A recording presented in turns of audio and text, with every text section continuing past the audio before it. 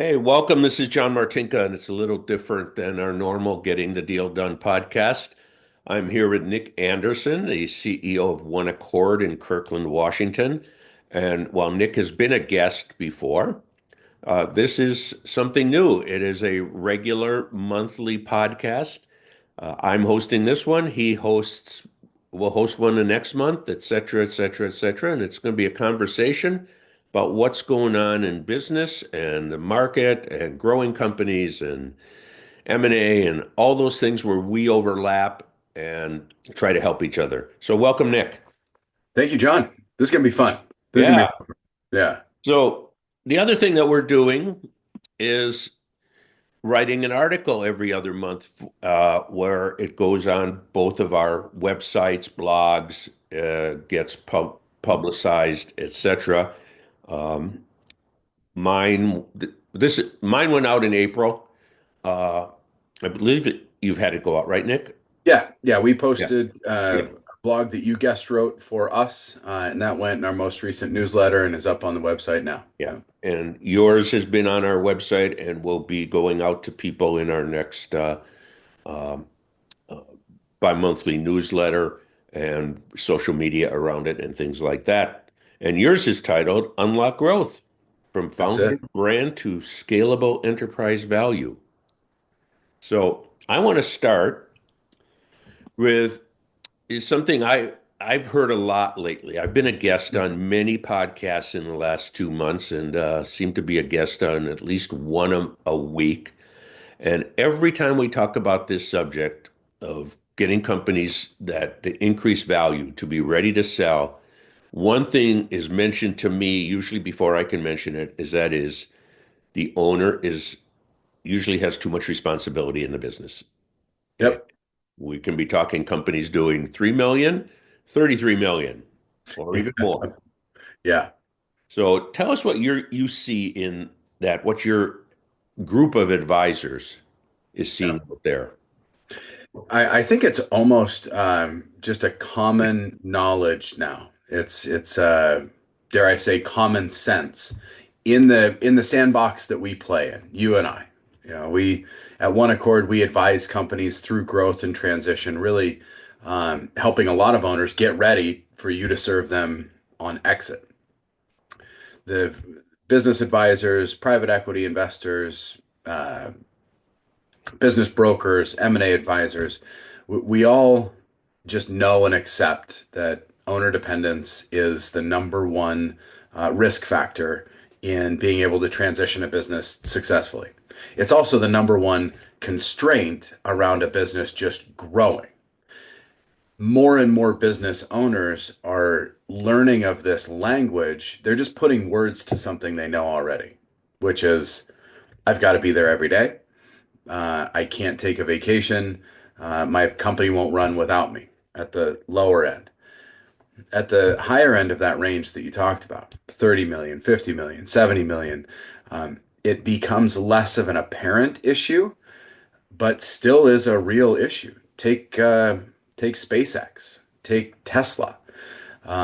Those companies can and will run without Elon Musk, but he has a huge impact on those companies. He says something public, Jeff Bezos says something publicly, and it will affect the market value of the company. So, owner dependence, I almost want to say most of the people in the world are getting to understand that this is the number one thing to address in increasing enterprise value in growing a company. And I'm going to add from the M&A perspective, while I agree with you 100%, it allows an owner to not only get more money, but even more important, attract better buyers. That's right. That you don't have to settle for the ones that are willing to put up with that. You can get the ones that are saying, we'll pay more because you have a solid management team and we don't have to come in and do anything. That's right. And when they get to a scale of professional buyers, we're not talking the individual buyer. We're talking the professional buyers, family office, all the stratas of private equity, etc. That is a huge selling point, and that's where we talk about increasing the multiple, don't we? That's right. Now, while this is common knowledge, the real question is not is my company dependent on me too much? I think the answer is generally yes if we're having a conversation. The question is, what do I do about that? How do I solve this problem? Um, and that's where I think there is the emerging opportunity to provide value back into the marketplace. In other words, I think we can answer that question for owners because it has been elusive for a long time. The blog article that I wrote for you acknowledged something that I think just needs to be said. In the early stages of a company, owner dependence is a good thing. It's necessary. The company is not going to be a company without the owner. And that person's contacts, that person's energy, that person's effort, their ingenuity, their creativity. That's how companies get started, is with founders. So it's a necessary thing. And I have, there is someone whom I consider to be a thought leader in the space of assisting founders in the early stages of growth. His name's Clifton Sellers, and he runs an agency called Legacy Builder, and it's focused on increasing the founder's brand presence in the world, which is contrarian to the longer term plan of decreasing dependence on the owner. But the reason I highlight him in my article, John, is it is actually necessary for the company to get to know the market by way of its founder and owner in many cases. Not every case, but in many cases. Well, I think you don't have to look any farther than OneAccord. When Jeff Yeah, started it, Jeff is such a charismatic that's right. character, and he knows so many people, and he's warm and inviting, and he builds relationships, and he was the brand for quite a while. You want to talk to OneAccord, you got to talk to Jeff. That's exactly it. And I would say it this way, there's Jeff Rogers, there's OneAccord, and the two are, synonymous. So when I came in a year and a half ago, uh, I was aware that in order for OneAccord to go for another 25 years, so we've been around 25 years, to get to the next 25, we have to separate the brand away from Jeff, but it has to be done delicately, relationally, almost surgically. It isn't as though, tomorrow I can say, well, Hmm. the company is no longer reliant on Jeff because it is. It still is. Now, here's the good thing. On a day-to-day basis, Jeff is not operating the company. I am. And yet we still have he provides immense value, disproportionate value in the company, even though he's not running it day to day. So here's another quandary. Um, a founder can hire a CEO and still the company is dependent on that founder. They need to stay involved, as is the current case with Jeff and me in OneAccord. Yeah, it's a slide out, not out over the cliff. Yeah, yeah, that's right. And thankfully, he and I get along really well. We're values aligned. We enjoy one another's company. We travel together a lot, which is, I would say, necessary, critical. Can't do it without a strong relationship there. Yeah. So talk a little bit about what your people do. And by the way, how many people are now advisors with OneAccord nationally? Yeah, in the advisor, so there's about 20. Could Okay. be a little north of that if we include folks that have worked with us in the past that we can pull into relationships as we've done recently. We signed a new client last week that is in a geography where there happens to be someone that worked on an engagement for us a couple of years ago, and he's an expert in their field, and so we're bringing somebody back on the roster. Short answer is about 20. Okay. All right. And the thing that we do that differentiates us, or that the reason that we exist as compared to other consultancies, is that we're really operators disguised as consultants, right? So we can we can put together the PowerPoint and the roadmap, and we can tell somebody how to get from point A to point B as consultants do. In fact, there's even a consultant agency called Point B, and they're really good. Uh, we go in and do the work. So our operators sit in the seat of CEO, Chief Revenue Officer, VP of Revenue, VP of Sales, Chief Operating Officer, and we're growing a bit in the Chief Technology and Chief Information Officer space because, uh, well, it's obvious why. We're in that. This is the season. To be clear, what we don't do, we don't provide fractional chief financial officers. We partner with CFO selections there. We don't do chief human resources officers. We partner with Talent Realized in that space. So there's some specialties. They're a part of the network, but we're all about growth. We're Yeah. really about revenue growth and scaling operationally to support. What is a transformation from 25 to 50 million, 50 million to 100 million revenues, that is. Yeah, and I picked up on your saying, well, there's a lot of consultants out there. A lot of them can, put the PowerPoint together and they can put here's what we Yeah, need to do. And that's pointing out the problem. When you get in there hands-on, you're solving the problem. that's it. And so one of I said this earlier, the owners of companies say like, well, what do I do? How do I separate myself away from the company? And an answer is hire a CEO or hire a president or hire someone to replace you. And I actually say, don't do that. No, sometimes maybe, but don't do that. Instead, hire someone on an interim basis and consider fractional. So hire a contractor on a 12-month contract, on a 90-day contract. If I start a company and I run it for 5 years and I reach 3 million or 5 million in sales, I've been the CEO, I've been the operator, I've been the founder. Okay, I've worn every hat. I don't necessarily know who the person is, what skill set, what value add, what I expect out of that person. Much better to hire someone on a contract and test the waters. Because you might go in thinking, this is what I need for this job, but that person with experience says, nope, actually, these are the things that we need to address, and it will change.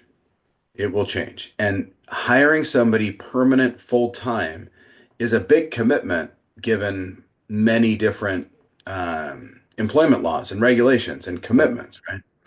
Um, the other thing is, you know, in the growth stage, so owners say like, I'm ready to grow. I need to grow past me. I am the constraint. And I've heard this so many times. I just need to hire a really strong salesperson. Don't do that. It's not the answer. Number one, do you have a sales strategy? Not just in your head, is it written down? Number two, do you have systems that will support the salesperson, right? Strategy systems, and then your offer. What is it that you're actually selling? So when you hire that really good salesperson, they come into a strategy with systems and great offers. So we got to do that work first. And then what I would say is hire somebody on a contract first. Don't don't hire his the owner that says, "Okay, I'm going to take myself out of the business. I'm going to go hire a CEO and a salesperson." And they hire two people, and CEO, you manage the salesperson. It's an abdication of responsibility. It's not going to work. And salespeople are the hardest people to manage. Yeah, yeah. So, I'm wanting to answer that question for the owner that's in the business and it's 3 million, 5 million in sales. Like, I'm sorry, but you're going to be way more involved in that company than you will be at 10 million, 15 million because resources are a constraint. They can still build systems that elevate kind of the next level of management for ownership to come in new ownership to come in. That is absolutely for sure. A $3 million, $5 million business can operationalize and prep for exit. Absolutely. But the owner is going to be an owner operator, generally speaking. 3 million, 5 million isn't enough to just Yeah. be an owner absentee. Over 5 million, there are generally the economic resources that we can afford to bring in a VP of sales, a CEO, or a president, generally though, on a discounted kind of fractional basis to start with, unless they want to talk about giving up equity and so forth. And that's that's a whole other conversation. Yeah. Well, one of the things you just said I experienced this morning. Hmm. You said, the owner who says, I just, hire a salesperson. So I had a call this morning that I brought in a strategic partner whose company does a lot of SaaS, and this was a SaaS company. And we're talking to one of the founders, and it was, well, what would you do with that money? And the first thing was, I hire a salesperson, and then something else, and I'd hire another tech person. And my strategic partner and I talked afterwards, and it was like, no one is gonna invest in that company. All she says, I'd hire a salesperson. Like, Hmm. you got to have a sales plan. What's the sales plan? Who, what, where, when, why, how? Yeah. And Yep. that's what happens in real life. Is what you're just talking about is not theory. That's how people think. I'll just hire a salesperson. Yeah, there's plenty of them out there because they can't sell anything. Yeah. And the truth is, there really aren't that many salespeople out there. You and I both know a man Ones named who can sell. Yeah, right. You and I both know a man named Dave Mantell, and he has a great program that helps to identify someone's capacity for sales. So often we think that the person that has a big personality, that is an extrovert, that is outgoing, is going to be a great salesperson, but they're not, not always. And somebody who is really good at selling B2B is not necessarily going to be the person who can sell professional services to high net worth individuals, or the person who is really good at selling manufacturing equipment is not necessarily going to be very good at selling software. So just hiring a good salesperson, um, like we think it should be easy, but it's very difficult. In the article that I wrote for you, I wanted to give the reader something that kind of a tangible, actionable uh, framework. And I'm a huge fan of Alex Hormozy, and he kind of architected or he created what he calls the closer framework. And this is for salespeople. The closer framework, when an owner operator can use this when they are trying to grow their own company, but they absolutely should build this into their sales systems, like you and I are just talking Yeah. about. So they should be able to hire someone that can answer all of these questions, the CLOSER, for their product, for their service, for their ideal client. And so then hiring a sales team and managing that sales team effectively Hmm. is a pathway to growth. But like you and I just said, you have to have the strategy and you have to have the offers first before you can just put people in. Like somebody with a business card that says director of sales isn't going to get you to your goal. Well, the best salespeople are the ones who shut their mouth and ask questions.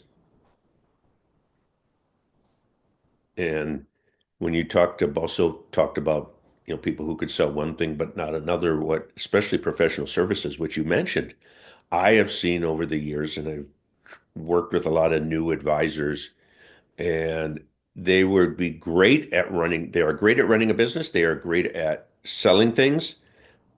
When it came to selling themselves or their group or they are part of, and it was like at least part of the buck, if not all the buck, stops with me. It's a it's a challenge. Yeah. The piece of machinery, there's your piece of machinery. it costs $500,000, and this is what it's going to do. It's going to turn and it's going to spin and it's going to shoot water or, you know, Yeah.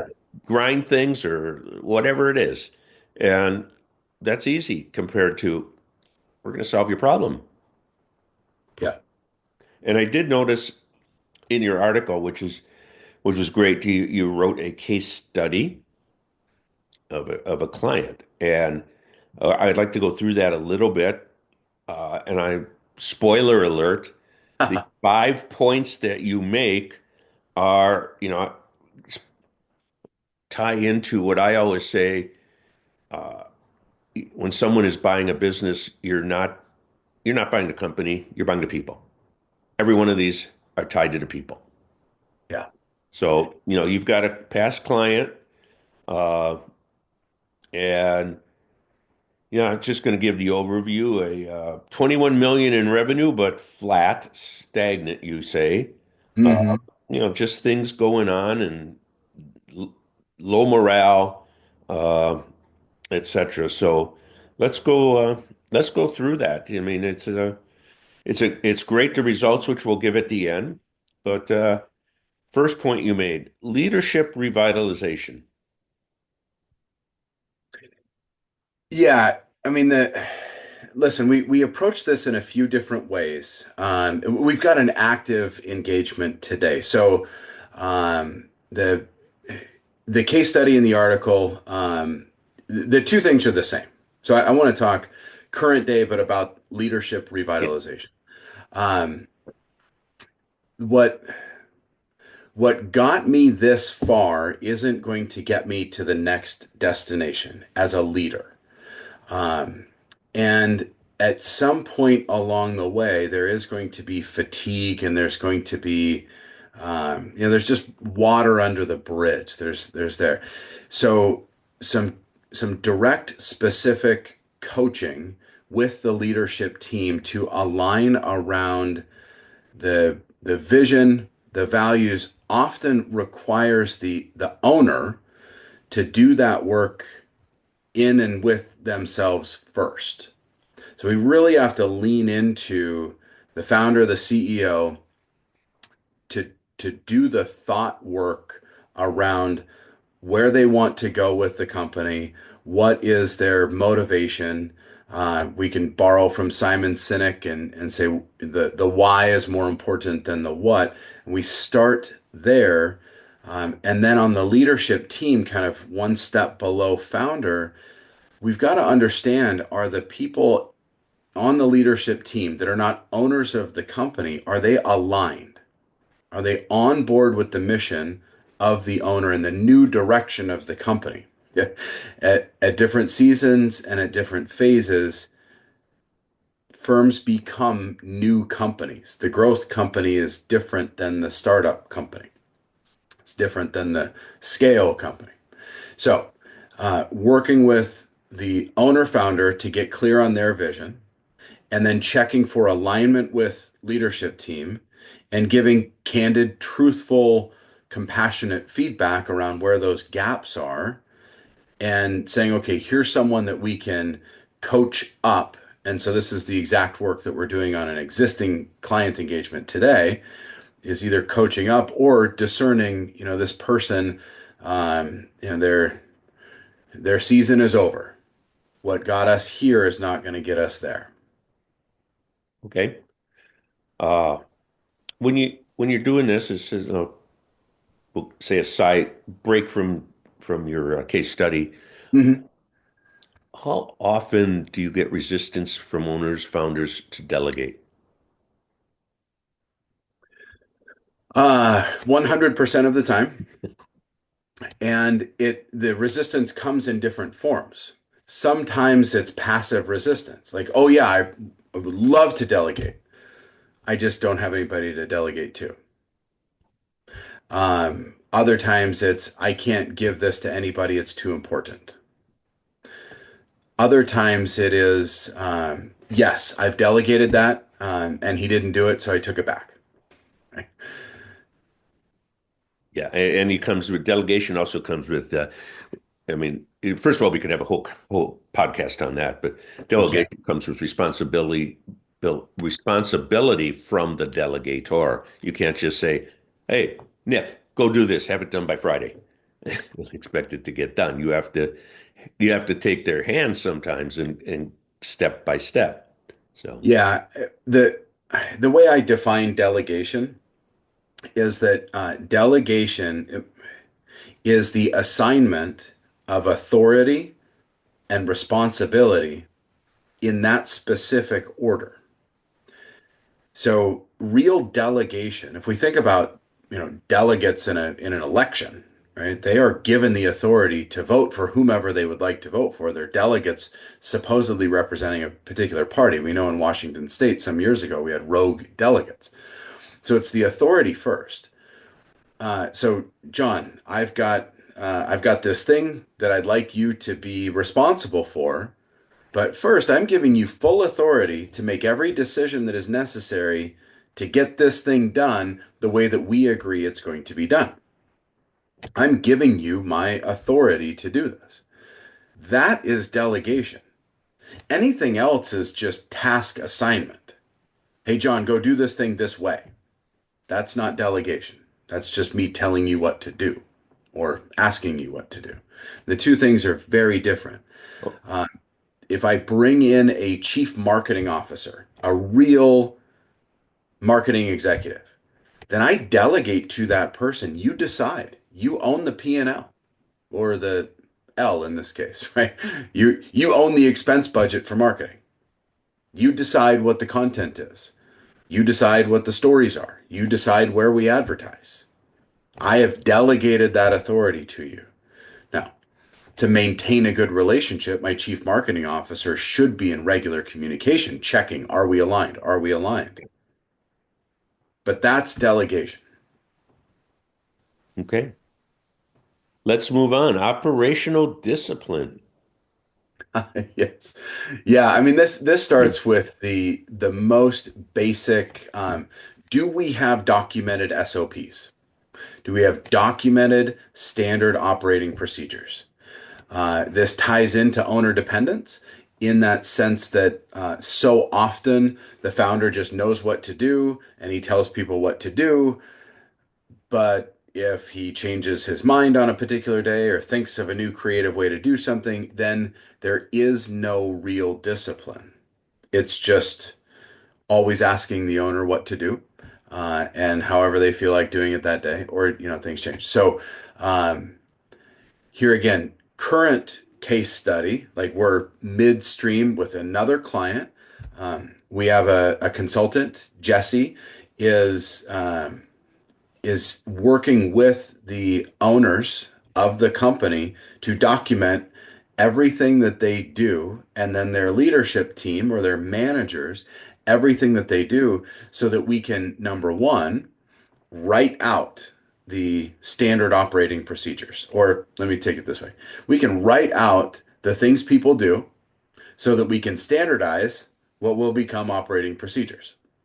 Just writing it down. Next level here is to take what is written down and turn that into regular training. So, hey, John, welcome to the team. Let me show you the document of how you do your job. And this is how we do it every single time. This documentation, the operational discipline, is generally found in this transition from growth to scale. So at startup, from startup to growth, documenting procedures doesn't make sense because things change. We're growing and we're learning, so we're just gonna do it. Once we start having the same type of customer, the same type of engagement, then we need to document how we do what we do. When we make the widget and it's successful, we had better write down how we made it. When you bake the cake or the brownie that wins the competition, you had better write down the recipe. And then we build training around that. And then we have to, so third layer here is we build in KPIs and metrics that we use to track our adherence to those standard operating procedures, and that's how we arrive at operational discipline. It does not come by brute force or personality isn't going to get you there. Yeah. Got to use pen and paper. Okay. Your next one in here is effective people systems, which, yeah, I think we both know, and a lot of the listeners will know that, you know, a bad hire is pretty common and it's very expensive. Yeah, yeah, yeah. There's a lot of one-liners. There's anecdotes. Hire slow, fire fast. Um, the people systems, believe it or not, begin with the corporate strategy. So we'll do a lot of work in strategic planning and execution. So, current example that harkens back to this case study, professional services firm wants to grow into new markets. They're based in the Pacific Northwest and they want to go east. They want to look at markets like Chicago and New York and Dallas. Um, so the very first thing that we want to engage around is what's your strategy? What's your vision, your mission, and your values? Because guess what? Those are the things that you need to hire people by. We talked about a star salesperson. You can hire a really good salesperson that is not aligned with the vision, doesn't understand the mission, and is totally values misaligned. It's not going to work. So we hire those things become a filter for our candidate screening. Now, one of the things that we have done for years and years at OneAccord is helped people hire for the permanent positions that we might fill on an interim basis. So I'll put Mark into a company as an interim and fractional CEO. He'll be in that engagement for 18 months, 2 to 3 days a week.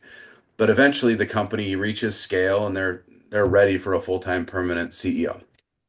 Kim, our talent advisory principal, will will do the headhunting, the retained search. She'll go look for that permanent CEO.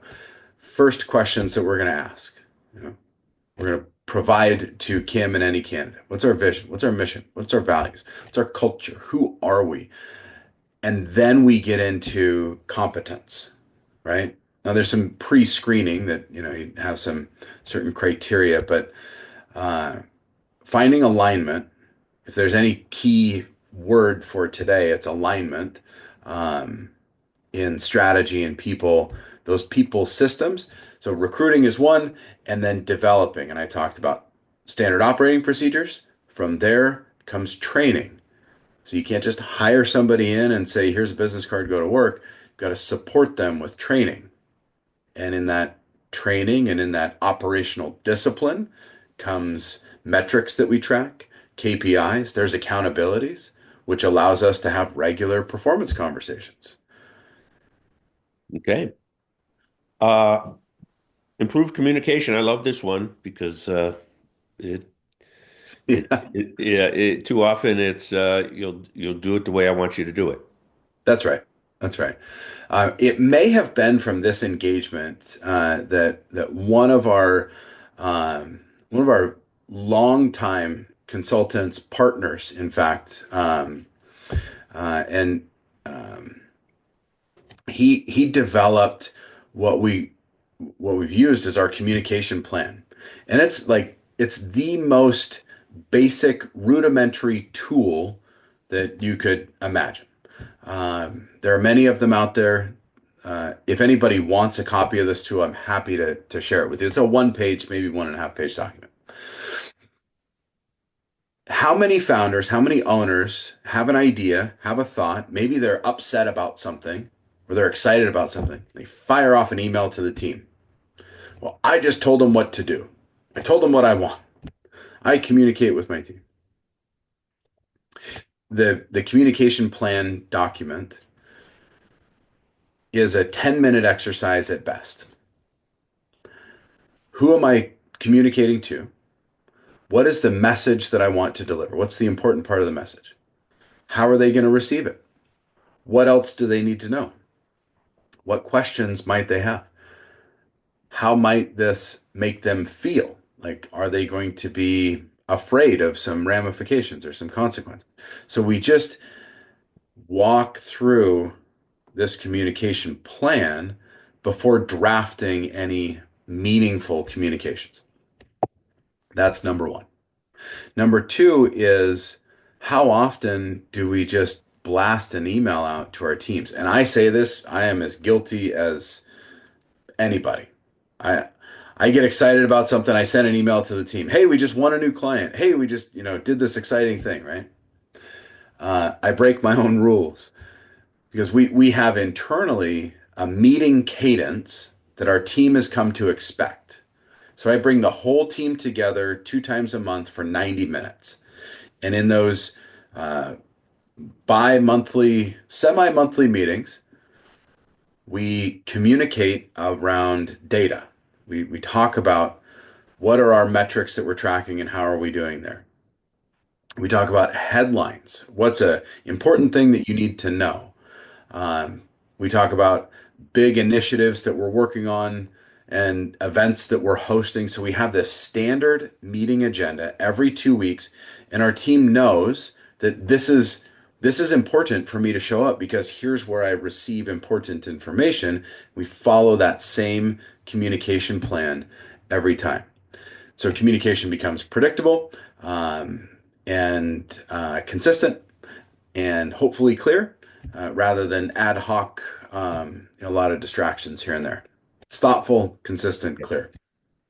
So then on this case study, you finish up with strategic leadership focus, and it circles back to what we were talking about, hiring a key executive. That's right. Yeah, in so many of our engagements, well, I'll say it this way. Phase one of our work with a client is short, 6 to 8 weeks. Uh, we look for the opportunities. We look for the constraints. We look for the constraints.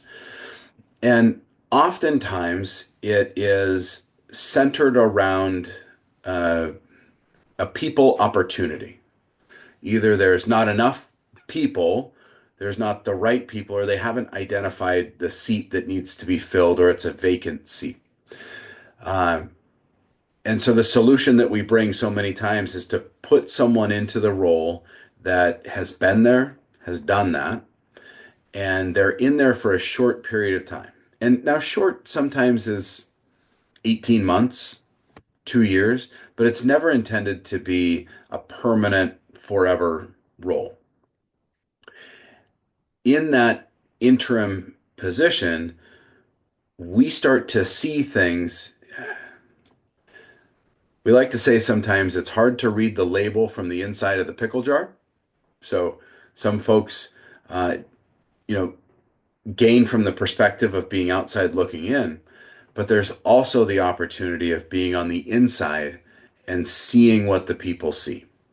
Um, and there's more often than not, we address an apparent issue, and that then elucidates or uncovers additional opportunities where we can add to, bolster, or reconfigure leadership teams. And I can think of a couple of examples where they've got a really strong person that might not be in the right seat. Maybe it's a CFO that should actually be a COO, much stronger in operations. And then we can backfill that CFO role with a fractional someone that we pull in from CFO selections, and we help bolster that leadership team. Um, so we see this often. Okay.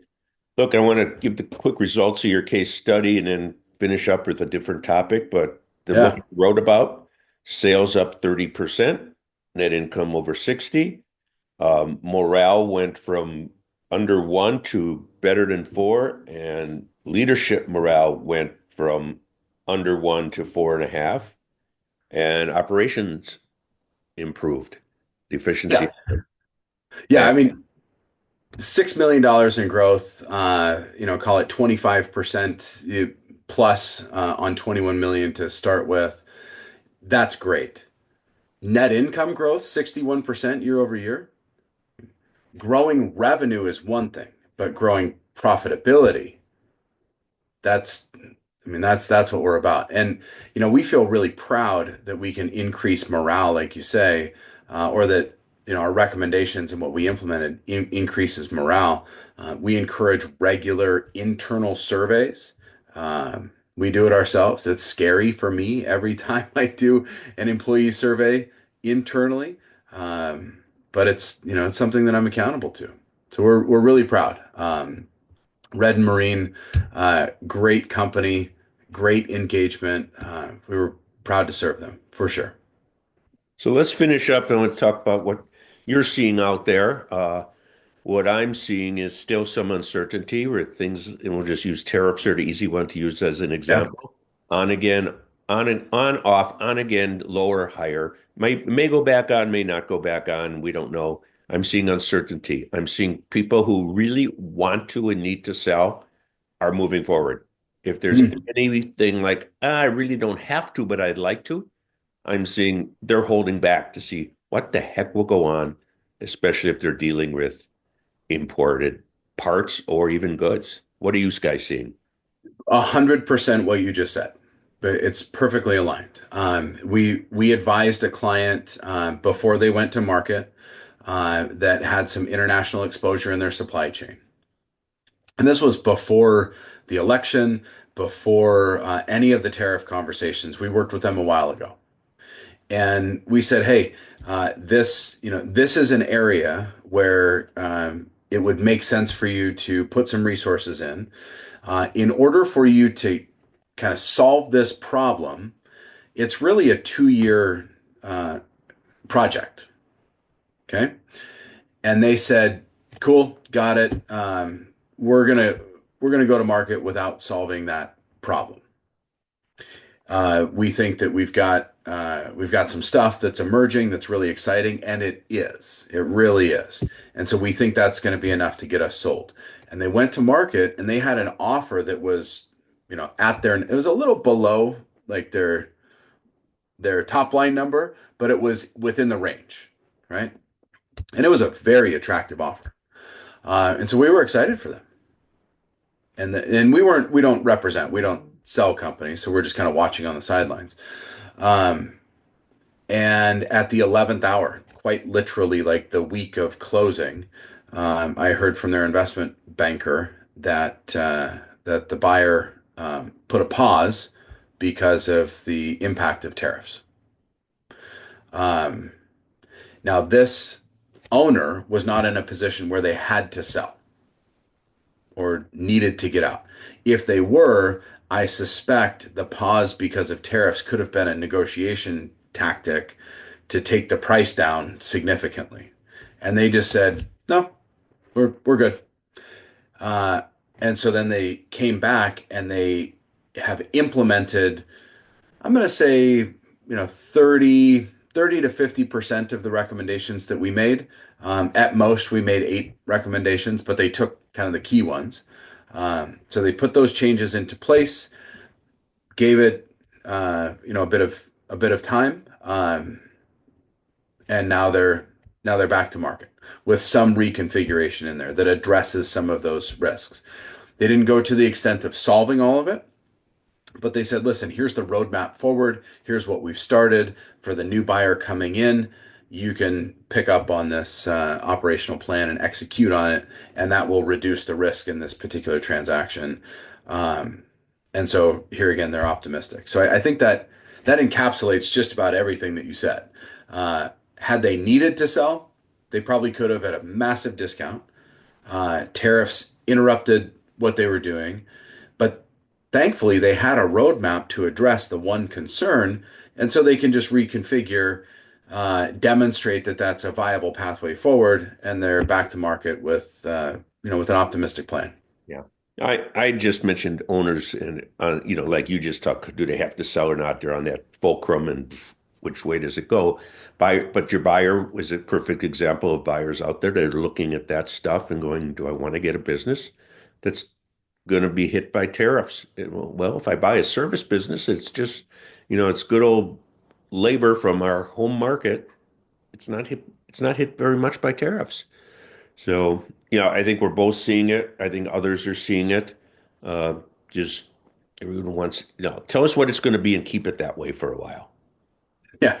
Uh, I wish every business would just stay the way it is, and then it would be nice and predictable. But I don't mean business. I mean the rules, the government rules. oh, So, yeah, yeah. yeah. Yeah. Tell us Uh, what we have to deal with so we can make long-term plans. Long-term might mean 5 weeks in some companies, might mean 5 months or 5 years to others. uh, yes, the idea that the rules change from one tweet to the next is not helpful for business. Yeah. And if you read the Wall Street Journal, it's small businesses that are getting hit the worst. I mean, Wall Street can stand up to stuff. Your 5 million, 10, $20 million business can't always do that. Yeah, and I'm really close to a startup that wanted to import textiles, and that everything that was in the startup and the work and the business plan is it's being threatened, and like there are a lot of externalities that will affect a business.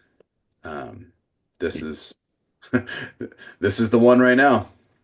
That's it. Hey, Nick, this has been a great conversation. It just seemed to flow. I'm sure the listeners will get a lot of value out of it. And I look forward to being a guest on your podcast next month. And we'll probably talk about the article I'm going to write for you, plus many other things. So, Nick Anderson, OneAccord, thanks for being here. Thanks, John.